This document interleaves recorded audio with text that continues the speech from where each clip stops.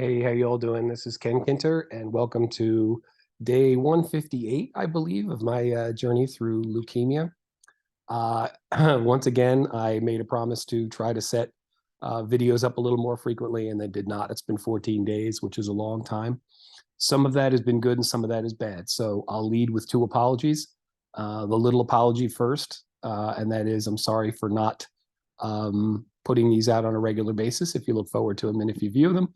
Um, and the big apology is um, one of the reasons that I did not post was that um, it's been a very up and down 2 weeks. I got out of the hospital, felt okay, and then my blood work crashed. Both my platelets and my white blood cells crashed.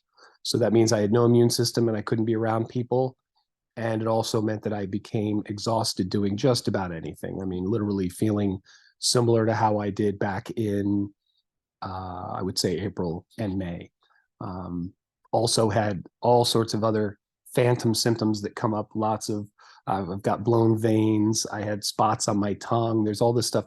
When your platelets get critically low, and I think mine was 3, which is pretty low, all sorts of weird things start happening to your body. So that was going on. And actually, for the first time in a long time, I really struggled with the idea that I wasn't going to make it, that I was literally, I had an injection site that just wouldn't stop bleeding. And I was thinking, okay, this is how this goes. I'm just going to slowly bleed out on my couch. This is how this story ends.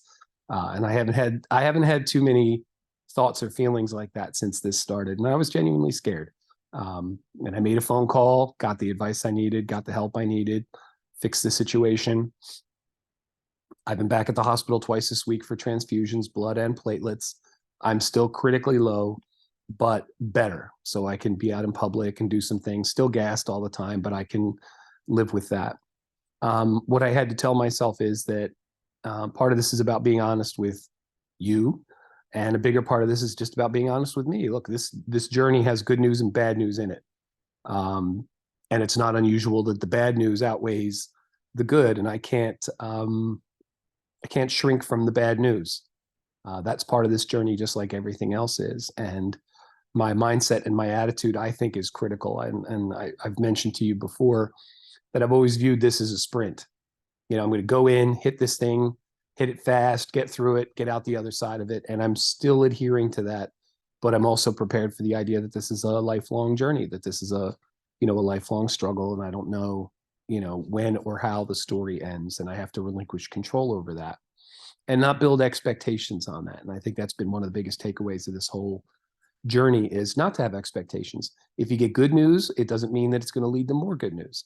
If you get good news, it doesn't mean that, oh, now bad news is going to happen next, and vice versa. If you get bad news, it doesn't mean more bad news is on the way, nor does it mean the next news is going to be good. Each one is individual, and each one it's on its own. So you celebrate each victory as it comes in, and you deal with each loss or problem as it comes in. So where things are now is I had a procedure postponed and maybe canceled because my platelets are so low. I'm supposed to go in for admission 4A or 7 of 8, depending on how you're counting. 4A, and then theoretically 4B is the last one. That's supposed to be next week, but that all depends on how my blood work is Tuesday, which is 3 days from now. So that's what I'm trying to do. I'm trying to rebound and get strong enough so that I can go through 4A. They mentioned that the longer you go through chemo, the harder it is for your body to rebound, and that the Bs are harder than the As. So both those they didn't seem true to me at first because I got through 2 pretty well after 1, but these people know what they're talking about. So that's the hope. The hope is I'm going to be admitted and get beat up on again next week, and hopefully the crash is not going to be that bad. And even if it doesn't work out that way, then I get pushed back a week and hopefully have another week to recover. My body seems to be recovering. I feel better better now than I did today's Saturday, better now than I did Monday when I definitely cratered, or Friday. So after spending a whole week on house arrest where I couldn't really leave the house or eat takeout food or anything like that, It was good to get out in the world again and just pretend to be normal for a bit and do my normal routine. Looking forward to spending time with friends, looking forward to just going out and watching a game. These are a few of my simple pleasures. I'm not a complicated guy. And I've also tried my best to keep up with work, earning my keep at the job and getting back involved in school. Computer work is not as much of a challenge to do as anything physical. So that's what's going on there. As usual, my wife has been an angel. She had to go back to making meals 3 times a day in addition to her working full time, private practice, and horse and all that stuff. So she's turned in some really long days, which I really appreciate. And I also appreciate all of the texts and the calls and the cards and everybody who's reached out. It's been a wonderful thing. Monday, when I pretty much hit my low point blood work wise, and also just how I felt myself, even though I was sitting in the house by myself, I knew that I was not alone. I did not feel alone. Um, and just reached out to people and, felt connected and remembered why this whole fight is happening in the first place.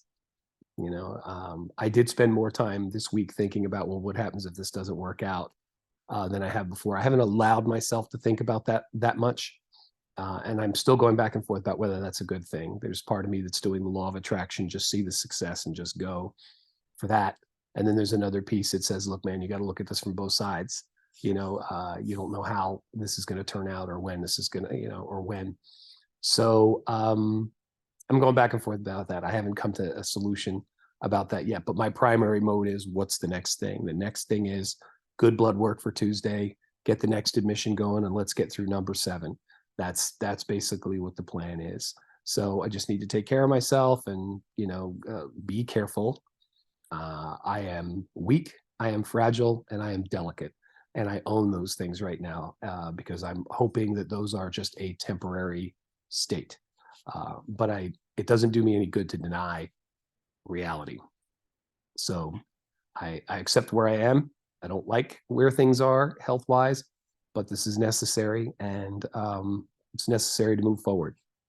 So I need to be here, and I need to take care of myself, and I need to move forward, so that I can move on with this. And again, I've seen people who've had a lot greater difficulties than I've had with this, and I want to continue on a positive way. So again, thanks to everyone. No matter what you've done, it has been appreciated, and you definitely notice those things when things are bad.